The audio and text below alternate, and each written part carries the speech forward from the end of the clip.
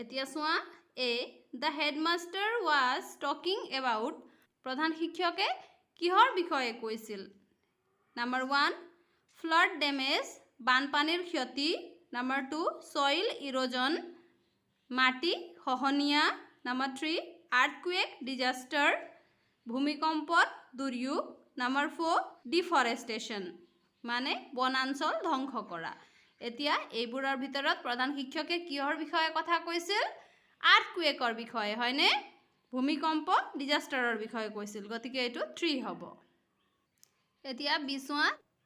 The headmaster showed contributions from teachers and students. প্ৰধান শিক্ষকে কিহৰ বাবে বৰঙনি বিচাৰিছিল number 1 to help the flood affected people বানপানীৰ বানপীড়িত লোকসকলক সহায় কৰিবলৈ number 2 to organize a function at school